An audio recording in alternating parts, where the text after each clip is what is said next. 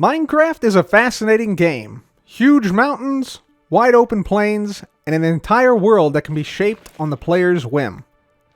Yet, Minecraft's segmented development history has left some aspects of the game overlooked. I've been playing Minecraft for 13 years now. Over time, I've developed a good understanding of how Minecraft is developed, including getting multiple ideas added to the game. That's why I put together a collection of over 100 ideas I believe could improve the Minecraft experience. Today we continue our journey exploring these ideas. This is the list. The first thing on my list today is to upgrade map abilities. The ability to lock maps and to zoom out in the cartography table is great, but maps could do so much more. Mojang should allow players to place a small number of markers on maps themselves, similar to the Woodland Mansion markers, Ocean Monument markers, and the red X marking buried treasure. This could be done with special items added to maps via cartography table, or via special symbols that players can type, similar to the Unicode symbols supported currently. Additionally, it should be possible to remove the green pointer from existing maps placed in item frames if desired. If only there were some material that was used in erasers to erase things that was added recently. Yeah, if only.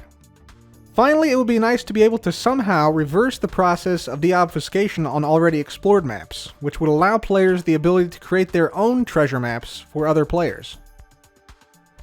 One tall flower production. Currently, there are a few ways to produce one block tall flowers. On Bedrock Edition, you can simply bone meal the flower to get more of that flower. On Java Edition, you can bone meal only 2 tall flowers. Bone mealing a 1 tall flower does absolutely nothing. However, in both versions, you can bone meal grass, and a semi-random amount of grass and flowers show up, depending on the biome you're in. However, I propose a more interesting solution. Bone meal is used for seemingly everything nowadays, from moss production to propagule creation, tree growth, all crops use it, so maybe with flower production, something else would be more interesting. I propose that bees which pollinate 1 tall flowers allow the flower to replicate in the nearby area. It'd be a small area, say a 5x5, but if a bee pollinates a 1 tall flower, it should allow another flower of the same type to grow in a 5x5x3 area. This is much more interesting than just allowing the player to bone meal the flower, and makes sense given that pollinating bees already can cause crops to grow when their pollen drops on them. This is also an educational opportunity because bees are essential in real life to flower reproduction.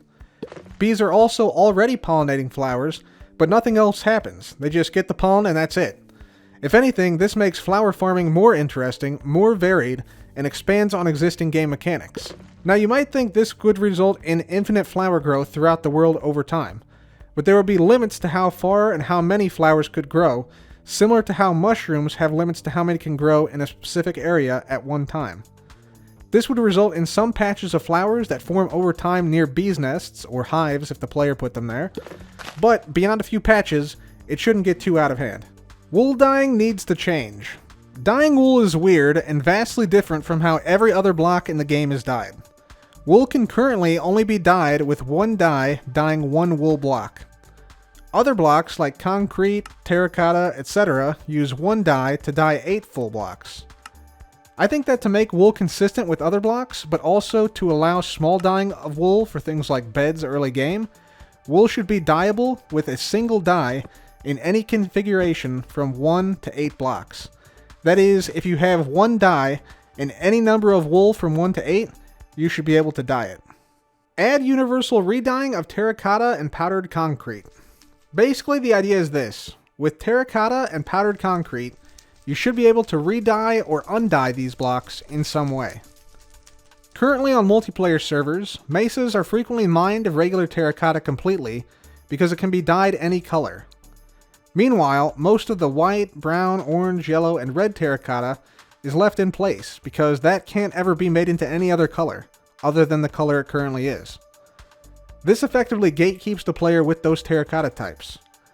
It would make the game much more adaptable if there was some way to undye terracotta, perhaps by treating it in a cauldron, to remove the color, thus allowing the player to redye it with a new color. It could also prevent overgathering of regular terracotta and make mining in the Badlands biome much more enjoyable. As for powdered concrete, it makes sense that in its powdered state, it's not yet solidified and could have a color change, similar to how wool can be redyed to any color at any time. Clay dyeing should be a thing. With clay becoming a much more common block post-Minecraft 1.18, for instance it can now be found in lush caves and can be created via mud on dripstone, I believe that we should get pastel-colored dyed clay blocks via dyeing of clay. The recipe would be 8 clay blocks plus 1 dye equals colored clay. This would be a nice aesthetic pastel set of colors that would fill a gap between the bright concrete colors and duller terracotta colors. This would be great for player creativity and fill a gap in the Minecraft color palette. Add a biome checklist for the adventuring time advancement. If you right now navigate to the advancement menu, find the adventuring time advancement and mouse over it, Minecraft will tell you how many of the 53 biomes needed to obtain this advancement that you visited. The problem is, it doesn't tell you which of the 53 biomes you have yet to visit. This means you have to manually go into your .minecraft folder just to see what biomes you're missing when trying to complete this.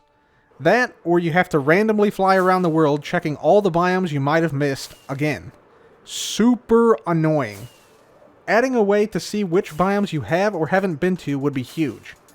An excellent example of this is the All Advancements Tracker tool, which has icons and text which track each biome and sub-biome a player visits. This would fit really well into a checklist within the vanilla game. Other advancements, which also should include a detailed checklist in-game, include a balanced diet, a complete catalog, 2x2, the whole pack, monsters hunted, and smithing with style. Add the ability to return name containers to the default state. This is one of the ideas on the list that has already been added to Minecraft. It used to be that if you renamed, say, a barrel to barrel of fish, but later wanted to return it to a normal barrel, it wasn't possible because you renamed it. This made it impossible to get it to stack again with other barrels. The same thing was true of renamed chests and other containers. But now you can! Just delete the renamed item's name entirely and it will revert back to its default name. This means it once again can return to its regular state so it can stack. So great job Mojang with this change. Arrows should break decorated pots. This is the second feature in a row that has already been added to Minecraft. This is something that I spoke directly to the developers about after Minecraft 1.20 released without this feature. They told me that they thought it was a great idea and would bring the idea to the entire Minecraft team. Apparently the team loved it and expanded it to include all projectiles when adding it to Minecraft 1.20.3. Great job with this feature, Mojang. It's super fun and lots of players have already used it in a number of creative and interesting ways. Decorated pots should hold one item in their inventory. Mojang must be cooking here because this is yet another feature that has already been added. The ability to store one type of item in pots is really fun and quite useful. You can use it to hide treasure, make a minigame, make an item sorter, or even as a cheap hopper alternative to pass items through. Once again, great job Mojang. Add big flower pots that can display larger plants. The recipe would be 7 brick in a cauldron shape would yield 1 big flower pot. It would be sized and shaped similarly to the cauldron, but have the flower pot brick texture. There's currently no way to plant 2 tall flowers in flower pots because they're simply too big for the flower pot. Big pots would change this, allowing us to plant big drip leaf, sugarcane, a different size of cactus, as well as all 2-block tall flower types.